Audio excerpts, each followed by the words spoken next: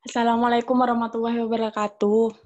Waalaikumsalam warahmatullahi wabarakatuh. Sebelum memulai presentasi kali ini, hendaknya kita membaca doa terlebih dahulu agar diberi kelancaran. Bismillahirrahmanirrahim. Sudah selesai.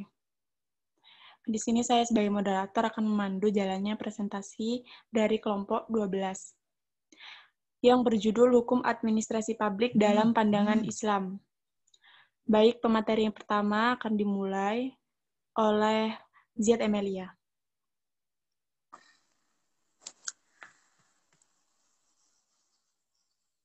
Assalamualaikum warahmatullahi wabarakatuh. Waalaikumsalam warahmatullahi wabarakatuh. Pemerintahan dalam Islam. Tujuan pemerintahan dalam Islam, 1. Memelihara agama. Negara, terutama khalifah, bertanggung jawab untuk memelihara akidah Islam. Dalam hal ini dilakukan dengan mengoptimalkan wewenang yang telah diberikan oleh syarak ke depannya. Negaralah satu-satunya institusi yang berhak menghukum orang-orang murtad dan memberi peringatan kepada siapa saja yang menyeleweng dari agama. Bagi rakyat non-muslim, tidak dipaksa berakidah Islam, dibiarkan dengan akidah yang diyakininya dan menjalankan ibadah sesuai perintah agamanya, dan tidak diperkenankan mensyariatkannya. Namun, jika seorang non-muslim memeluk Islam, maka tidak diperkenankan kembali ke negara sebelumnya atau murtad. Apabila hal itu terjadi, maka diberlakukan sanksi bagi orang yang. Yang kedua, mengatur urusan masyarakat. Mengatur urusan masyarakat dengan cara menerapkan hukum syarak kepada mereka tanpa membeda-bedakan antara satu individu dengan yang lainnya. Sebagaimana firman Allah, hendaklah kamu menetapkan hukum di antara mereka berdasarkan apa yang diturunkan Allah. Quran Surah Al-Ma'idah ayat 49. Kemudian yang ketiga, menjaga negara. Menjaga negara dan umat dari orang-orang yang merongkong negara. Caranya dengan melindungi batas-batas negara, mempersiapkan pasukan militer yang kuat dan senjata canggih untuk melawan musuh, sebagaimana yang telah dilakukan oleh Rasulullah SAW dan para khalifah sesudah beliau. Sebagaimana firman Allah Subhanahu wa taala, persiapkanlah untuk menghadapi mereka kekuatan apa saja yang kamu sanggupi, berupa kuda-kuda yang ditambatkan agar kalian menggentarkan musuh Allah dan musuh kalian dan orang-orang yang selain mereka yang kalian tidak mengetahuinya. Quran Surah Al-Anfal ayat 60. Kemudian yang keempat, menyebarkan dakwah Islam. Menyebarkan dakwah Islam kepada segenap manusia luar wilayah daulah, yaitu dengan cara menjalankan jihad sebagaimana yang dilakukan Rasulullah pada beberapa peperangan. Misalnya menaklukkan Mekah dan perang Tabuk. Begitu juga pernah dilakukan oleh para khalifah sesudah beliau. Mereka melakukan banyak penaklukan seperti ke wilayah Syam, Irak, Mesir, Afrika Utara, dan menyebarluaskan Islam di sana. Kemudian yang kelima, menghilangkan perselisihan antar masyarakat. Menghilangkan dan perselisihan di antara anggota masyarakat, muslim dan non-muslim dengan penuh keadilan. Hal ini dilakukan dengan cara menjatuhkan sanksi kepada mereka yang berbuat zalim, memperlihatkan keadilan terhadap orang yang dizalimi sesuai dengan hukum yang disyaratkan Allah SWT. Kemudian dasar pemerintahan dalam Islam. 1. Kekuasaan perundang-undangan ilahi.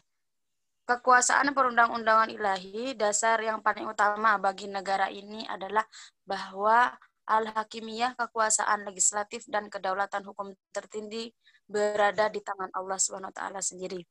Dan bahwa pemerintahan kaum muslimin pada dasarnya dan pada hakikatnya adalah khalifah atau perwakilan dan bukannya pemerintah yang lepas kendalinya dalam segala hal yang diperbuat.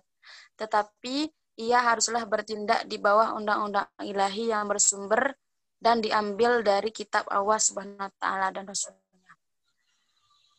Kemudian yang kedua, keadilan antar manusia, bahwa semua rakyatnya mempunyai persamaan hak di hadapan undang-undang Allah yang harus dilaksanakan atas mereka semua, kepada yang paling rendah dalam negara sampai kepada pejabat-pejabat dan pemimpin-pemimpin dengan derajat atau tingkatan yang sama. Sebagaimana dinyatakan dalam Al-Quran surah Asy-Syura ayat 15, dan aku perintahkan supaya kamu adil di antara kamu. Kemudian yang ketiga, persamaan antar kaum muslimin.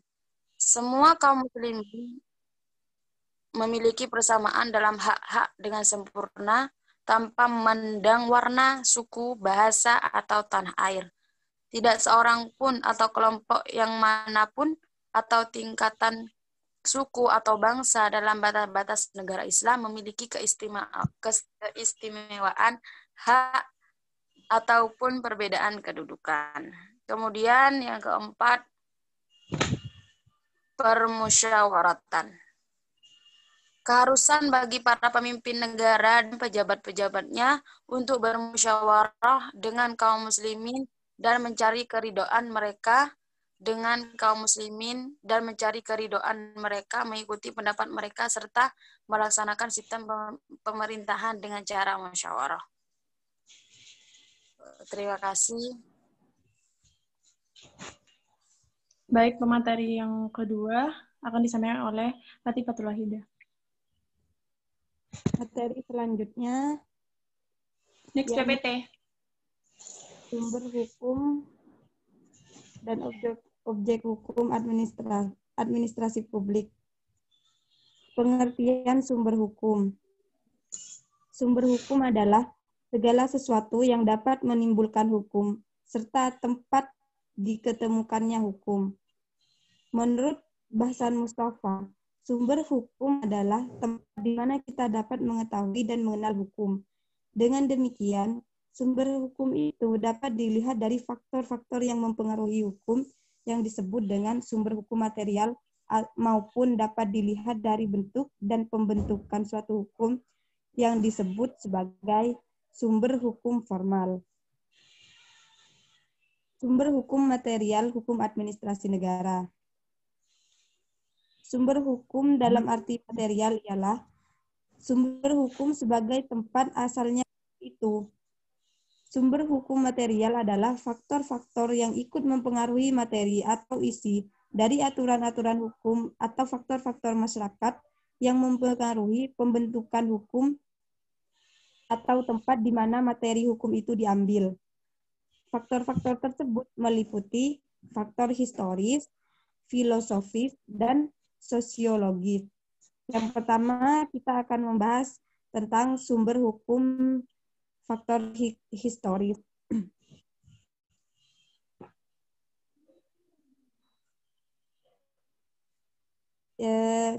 Faktor sejarah dapat menjadi sumber hukum material dalam arti ikut berpengaruh atas penentuan materi antara aturan hukum dalam hukum administrasi negara dari sudut sejarah. Ada dua jenis sumber hukum historis, yaitu yang pertama, undang-undang dan sistem hukum tertulis dari masa lampau. Yang kedua, dokumen-dokumen dari masa lampau. Selanjutnya ialah sumber hukum sosiologis. Sumber hukum dari sudut sosiologis, sumber hukum material itu adalah seluruh masyarakat. Sudut ini menyoroti lembaga-lembaga sosial sehingga dapat diketahui apakah yang dirasakan sebagai hukum oleh lembaga-lembaga itu. Dari pengetahuan tersebutlah dapat dibuat materi hukum yang sesuai dengan kenyataan sosiologisnya. Bisa dikatakan bahwa faktor-faktor sosial dalam masyarakat dapat mempengaruhi isi hukum positif. Faktor tersebut bisa meliputi pandangan ekonomis, pandangan agamis, dan psikologis. Yang ketiga ialah sumber hukum filosofis. Dalam sumber hukum dalam arti filosofis terdapat dua hal yang menjadi sumber hukum, yaitu sebagai ukuran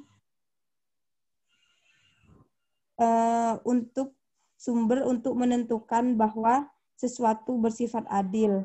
Karena hukum itu dimaksudkan antara lain untuk menciptakan keadilan.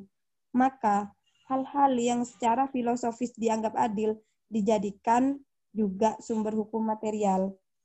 Yang kedua ialah sebagai faktor yang mendorong seseorang untuk menaati kewajiban terhadap hukum. Hukum itu diciptakan agar ditaati. Oleh sebab itu, semua faktor yang dapat mendorong seseorang taat pada hukum harus diperhatikan dalam pembuatan aturan hukum positif. Dengan kata lain, sumber hukum filosofis mengandung makna agar hukum sebagai kaidah perilaku memuat nilai-nilai positif tersebut. Selanjutnya ialah sumber hukum formal, hukum administrasi negara. Sumber hukum dalam arti formal ialah sumber hukum di mana hukum itu diketemukan. Sumber hukum formal, hukum administrasi negara adalah hukum yang dilihat dari segi bentuk dan pembentukannya.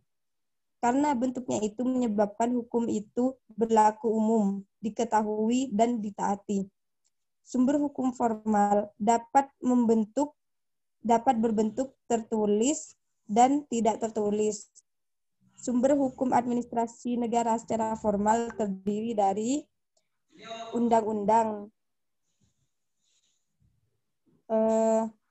Undang-undang adalah peraturan negara yang dibentuk oleh alat perlengkapan negara yang berwenang dan mengikat masyarakat umum. Undang-undang dalam hal ini dibedakan menjadi 7. Yaitu yang pertama, undang-undang dalam arti formal ialah undang-undang yang dihasilkan oleh Presiden bersama Dewan Perwakilan Rakyat yang berisi aturan tingkah laku yang mengikat umum. Yang kedua, undang-undang dalam arti material adalah peraturan perundang-undangan, yaitu produk hukum tertulis yang dikeluarkan pejabat berwenang yang isinya mempunyai sifat mengikat penduduk secara langsung. Yang ketiga, undang-undang atau peraturan pemerintah pengganti undang-undang. Yang keempat, peraturan pemerintah. Yang kelima, peraturan presiden. Yang keenam, peraturan daerah. Dan yang ketujuh, peraturan daerah kabupaten. Yang kedua, perbedaan dari kedua macam undang-undang tersebut terletak pada sudut peninjauannya. Undang-undang dalam arti material ditinjau dari sudut isinya yang mengikat umum, sedangkan undang-undang dalam arti formal ditinjau dari segi pembuatan dan bentuknya. Untuk memudahkan membedakannya, maka undang-undang dalam arti material biasanya diistilahkan dengan peraturan perundang-undangan, sedangkan undang-undang dalam arti formal disebut dengan undang-undang. Yang kedua, jurisprudensi. Jurisprudensi adalah putusan hakim administrasi yang telah lalu memutus perkara administrasi dan sudah mempunyai kekuatan hukum yang tetap. Putusan hakim dapat menjadi sumber hukum administrasi negara. Kedudukan jurisprudensi dalam hukum administrasi negara sangat penting, sehubungan dengan adanya asas hakim aktif dalam peradilan tata usaha negara yang berfungsi melengkapi dan memperkaya hukum administrasi negara. Yang ketiga ialah traktat atau perjanjian. Traktat atau perjanjian adalah perjanjian internasional yang diadakan baik oleh dua negara atau yang sering disebut perjanjian bilateral ataupun dilakukan oleh lebih dari dua negara atau yang sering disebut multilateral. Akibat perjanjian ini ialah bahwa pihak-pihak yang bersangkutan terkait dengan perjanjian yang mereka adakan itu ada beberapa macam traktat, yaitu pertama traktat bilateral atau traktat binasional, yang kedua traktat multilateral, yang ketiga traktat kolektif atau traktat terbuka. Yang keempat, doktrin. Doktrin adalah pendapat para ahli.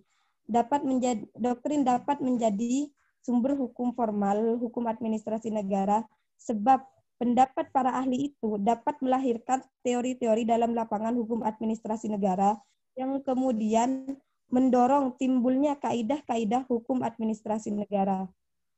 Doktrin baru menjadi sumber hukum bila diterima oleh masyarakat tanpa proses perundangan. Yang kelima ialah praktik administrasi negara, konvensi atau hukum tidak tertulis. Konvensi adalah aturan-aturan dasar yang timbul dan terpelihara dalam praktik penyelenggaraan negara. Konvensi yang menjadi sumber hukum administrasi negara adalah praktek dan keputusan-keputusan hakim pejabat administrasi negara atau hukum tak tertulis. Tetapi dipraktekkan dalam kenyataan oleh pejabat administrasi negara. Meskipun tidak tertulis, konvensi yang berupa praktik pejabat pemerintah ini penting mengingat hukum administrasi negara yang selalu bergerak dan sering dituntut perubahannya oleh situasi. Tuntutan situasi yang terjadi tiba-tiba itu sulit diimbangi dengan lahirnya hukum tertulis. Oleh sebab itu, perlu adanya konvensi sebagai hukum tidak tertulis.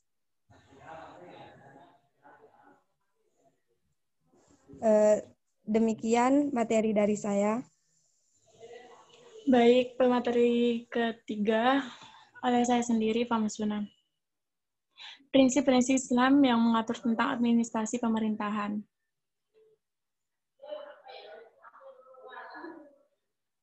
Ada beberapa prinsip dalam Islam yang mengatur tentang administrasi publik, diantaranya 1. Prinsip hakikat kepemilikan kepada Allah Subhanahu wa Ta'ala.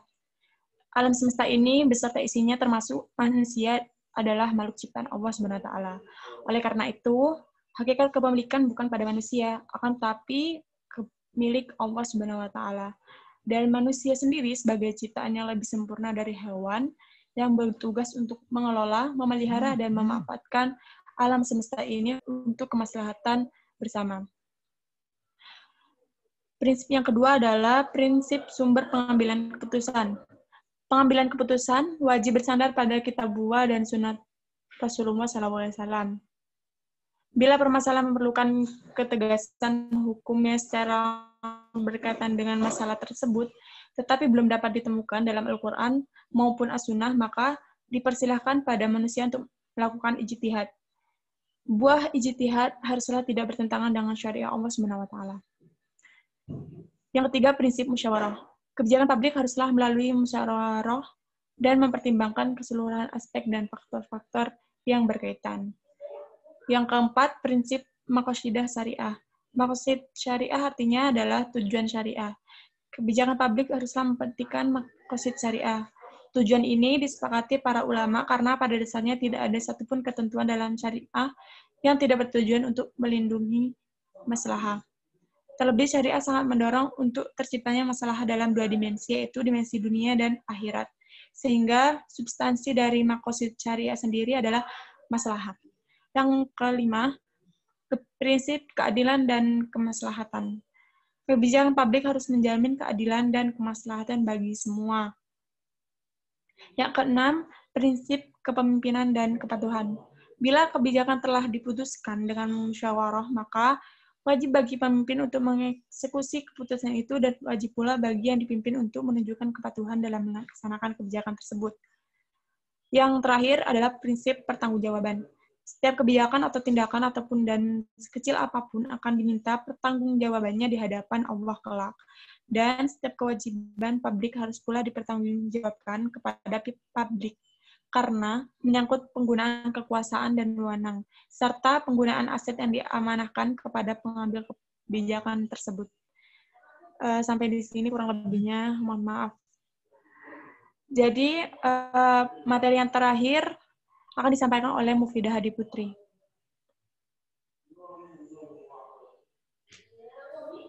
Bismillahirrahmanirrahim. Selanjutnya, perkembangan dan perbandingan hukum administrasi publik di dunia Islam dan modern. Yang pertama di sini ada periode klasik. Periode klasik yang pertama pada masa kemajuan Islam, yakni masa ekspansi, integrasi, dan keemasan Islam, yakni pada tahun 650 sampai 1000 Masehi. Yang pertama ada masa Khulafaur Rasyidin. Masa Khulafaur Rasyidin di sini yang pertama ada masa Khalifah Abu Bakar. Pada masa Khalifah Abu Bakar di sini hanya berfokus kepada permasalahan dalam negeri, yang mana di sana permasalahan tentang pemberontakan rakyat. Kemudian Abu Bakar di sini berfokus pada peluasan wilayah di luar Arab. Selanjutnya pada masa Khalifah Umar bin Khattab, di sini mulai diaturnya gaji dan diterapkannya sistem pembayaran gaji dan pajak tanah. Kemudian mendirikan pengadilan untuk memisahkan lembaga yudikatif dan lembaga eksekutif. Kemudian dibentuknya jawatan kepolisian, fungsinya sebagai penjaga keamanan dan ketertiban. Kemudian dibentuknya jawatan pekerjaan umum dan mendirikan bait mal serta menempa mata uang dan menciptakan tahun Hijriah. Berlanjut pada masa Utsman bin Affan. Masa Utsman bin Affan di sini hanya berfokus pada perluasan perwilayahan. Pada masa pemerintahan beliau terjadi perpecahan yang disebabkan ketidakpuasan rakyat terhadap sistem pemerintahan yang diterapkan oleh Utsman bin Affan. Terakhir masa Khalifah Ali bin Abi Thalib. Ali di sini memecat gubernur yang diangkat oleh Utsman karena dianggap teledor dan menyebabkan pemberontakan di masa Utsman. Kemudian pendapat negara berasal dari ditariknya kembali tanah yang sebelumnya Utsman berikan kepada penduduk. Kemudian penerapan kembali sistem distribusi pajak yang sebelumnya pernah diterapkan pada masa Umar bin Khattab. Kebijakan-kebijakan yang Ali terapkan menuai perlawanan hingga berujung pada peperangan. Selanjutnya pada masa dinasti Umayyah dan Abbasiyah. Pada masa di mana pemerintahan Islam tak lagi berbentuk khalifah, melainkan kerajaan. Terdapat dua kerajaan besar dan populer dalam sejarah Islam. Yang pertama, Khalifah Bani Umayyah. Pemerintahan yang awalnya bersifat demokratis, yaitu pada masa Khulafaur Rasyidin, berubah menjadi turun-temurun. Yang pertama Muawiyah, kemudian Abdul al-Malik yang menjabat pada tahun 685 sampai 705 Masehi, yang dilanjutkan oleh Al-Walid Ibnu Abdul Malik, kemudian Yazid bin Muawiyah, putra dari Muawiyah, dan Umar bin Abdul Aziz. Pada masa dinasti Bani Umayyah, administrasi yang diterapkan ada 5. Yang pertama, di sini ada Al-Nidam Al-Siyasi atau organisasi politik yang terdiri dari kepala negara, kementerian, sekretariat, pengawalan pribadi untuk menjaga keamanan dan keselamatan kepala negara. Yang nomor 2 ada Al-Nidam Al-Nidari, yaitu organisasi tata usaha negara yang terdiri dari dewan-dewan atau departemen-departemen, kemudian pembagian wilayah, organisasi pos, kemudian organisasi kepolisian. Organisasi kepolisian di sini melanjutkan organisasi kepolisian yang pernah diterapkan sebelumnya pada masa Umar bin Khattab. Kemudian di sini yang ketiga Al-Nidam Al-Mali atau organisasi keuangan. Yang keempat ada Al-Nidam Al-Harbi atau organisasi ketentaraan. Yang kelima Al-Nidam Al-Qadha, yakni organisasi kehakiman. Terpisah dari kekuasaan politik yang mana hakim berkuasa atas memutuskan perkara berdasarkan ijtihadnya sendiri dan berdasarkan Al-Quran dan Al-Sunnah. Di sini kebebasan dari hakim dibagi menjadi 3. Yang pertama qadha, menyelesaikan perkara yang berhubungan dengan agama. Kemudian al-hisbah, yakni menyelesaikan perkara umum dan pidana. Yang ketiga al-nadhar fi madalain, yakni sebagai mahkamah tertinggi atau mahkamah banding yang menerima banding dari pengadilan di bawahnya, yaitu Qadha dan Al-Hisab. Selanjutnya, Khalifah Bani Abbas melanjutkan kekuasaan Bani Umayyah yang didirikan oleh keturunan paman Nabi, yakni Abbas, yang berkuasa sejak tahun 132 Hijriah atau 720 Masehi. Ciri-ciri menonjol yang terdapat pada dinasti Abbasiyah yang tidak terdapat pada dinasti Umayyah. Yang pertama, berpindahnya ibu kota Baghdad. Pemerintahan Abbasiyah menjadi jauh dari pengaruh Arab. Sedangkan Bani Umayyah sangat berorientasi pada Arab. Kemudian dinasti Abbasiyah menyelenggarakan negara pada jabatan wazir yang membawahi kepala-kepala departemen. Sedangkan pada masa dinasti Umayyah tidak ada. Kemudian ketentaraan yang profesional terbentuk pada masa dinasti Abbasiyah. Sedangkan pada dinasti Umayyah tidak ada. Lalu pada masa dinasti Umayyah merupakan masa ekspansi daerah kekuasaan dan dakwah Islam, sedangkan pada masa Bani Abbasiyah merupakan masa pembentukan dan perkembangan kebudayaan dan peradaban Islam. Nah, kemajuan yang diperoleh dinasti Abbasiyah yakni satu, terjadinya asimilasi antara bangsa Arab dan bangsa-bangsa lain yang lebih dulu mengalami perkembangan dalam bidang ilmu pengetahuan. Kemudian gerakan terjemahan berlangsung pada 3 fase. Yang pertama, pada masa Khalifah Al-Mansur hingga Harun Ar-Rasyid menerjemahkan karya-karya dalam bidang astronomi dan mantik. Berlangsung pada masa Al-Ma'mun hingga tahun 300, yaitu menerjemahkan dalam bidang filsafat dan kedokteran. Dan berlangsung setelah tahun ke-300 meluasnya bidang ilmu semenjak adanya pabrik pembuatan kertas. Selanjutnya pada masa disintegrasi tahun 1000 sampai 1250 Masehi. Nah, mundurnya pemerintahan Bani Abbasiyah di sini yang disebabkan oleh yang pertama masa disintegrasi yang terjadi setelah pemerintahan periode pertama Bani Abbasiyah mencapai masa keemasannya. Yang kedua, dinasti-dinasti yang memerdekakan diri dari Baghdad akibat dari kebijakan yang lebih menekankan pembinaan dan kebudayaan Islam daripada persoalan politik. Kemudian, keruntuhan kekuasaan Bani Abbasiyah mulai terlihat sejak awal ke-9.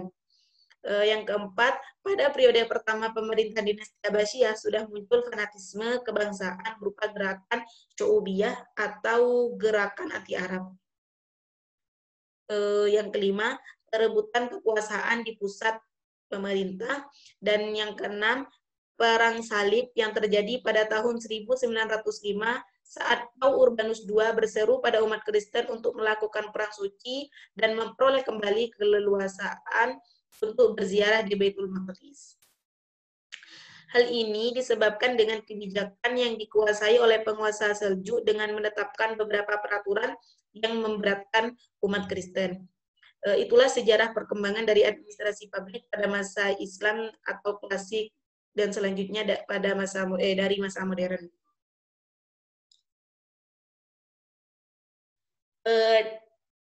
Periode modern, administrasi negara modern atau hukum administrasi negara yang dikenal saat ini merupakan produk dari masyarakat feodal yang tumbuh di dataran Eropa, terutama Eropa Barat. Sebelumnya, konsep ini dikenal dengan istilah penjaga malam yang bertujuan untuk mengokohkan sistem pemerintahan yang dikuasai oleh feodal dan bangsawan.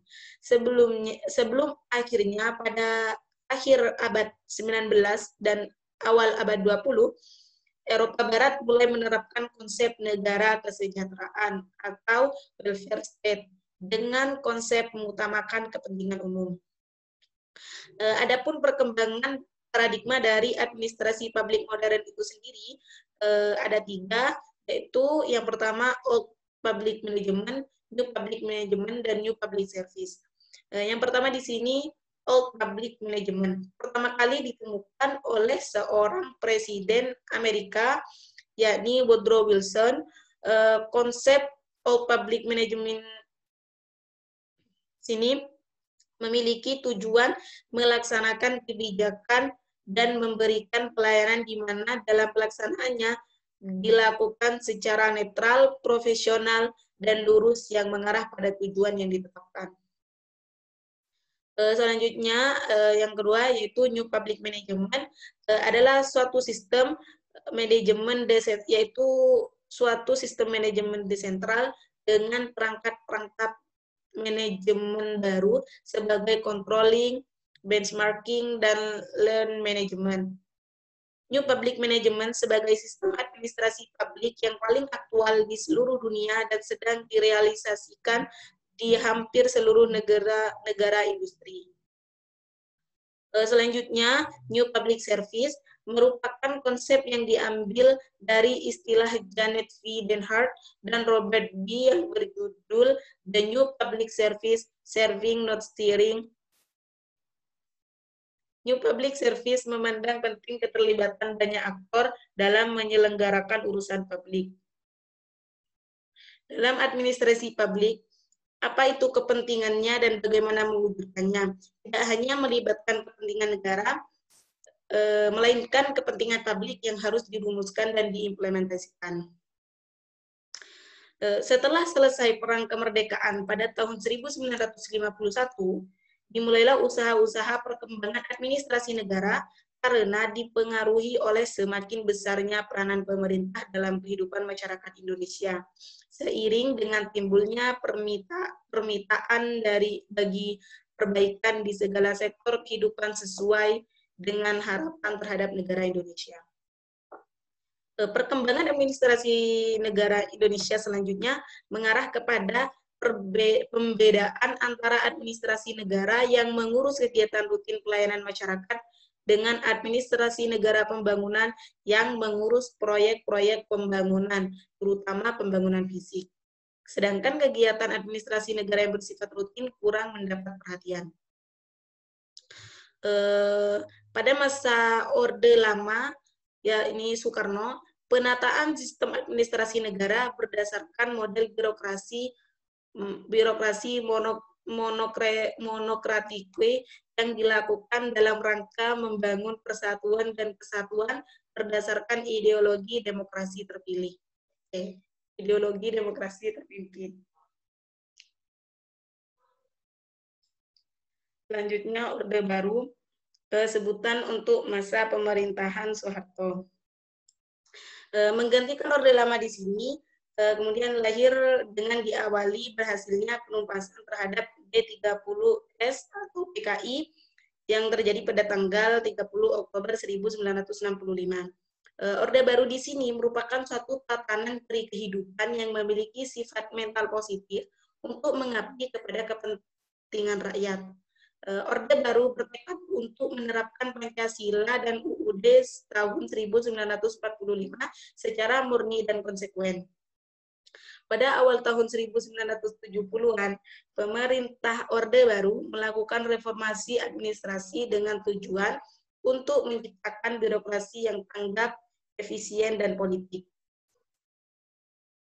Sebelum tahun 1945, ketika Indonesia dalam penjajahan, bangsa Indonesia tidak diberi kesempatan untuk ikut serta dalam administrasi negara. Pada masa penyusunan naskah UUD 1945, Muhammad Hatta mengembangkan konsep negara kesejahteraan dengan istilah negara pengurus untuk merumuskan pasal 33 Undang-Undang Dasar 1945, yaitu tentang demokrasi dan ekonomi. Pada masa sekarang, kegiatan negara pengurus tersebut seperti pendidikan, kesehatan, pembangunan perekonomian, dan sebagainya tidak hanya dilakukan oleh pemerintah, tapi juga oleh pihak swasta, seperti halnya pembangunan rumah sakit, pembangunan sekolah, dan sebagainya. Penerapan hukum administrasi negara di Indonesia memiliki peranan penting dalam melakukan kontrol terhadap jalannya instrumen-instrumen pemerintah seperti badan-badan milik pemerintah dan pejabat-pejabat pemerintah yang melakukan pelanggaran baik itu pencurian atau penyalahgunaan wewenang yang dimana akan menyinggung perlindungan bagi subjek hukum yang dirugikan oleh negara maupun person yang mewakili negara dan perlindungan hukum dalam HAN. Nah, penerapan HAN bertujuan untuk agar terciptanya ketertiban dalam bermasyarakat. Peran penting HAN yaitu untuk mengatur kehidupan berbangsa dan bernegara. HAN digunakan sebagai penegakan hukum sangat diperlukan agar semua aktivitas administrasi pemerintah dapat dijalankan sesuai dengan koridor hukum yang berlaku. Setelah menjelaskan dari sejarah perkembangan administrasi di masa pemerintahan Islam dan modern,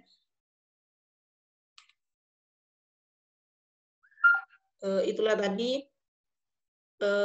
penjelasan saya mengenai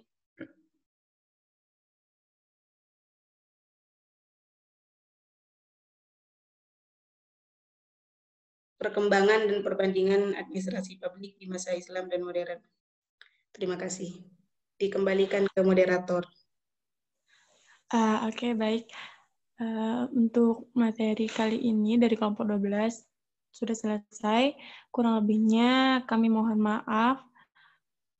Assalamualaikum warahmatullahi wabarakatuh. Waalaikumsalam warahmatullahi wabarakatuh. Waalaikumsalam warahmatullahi wabarakatuh.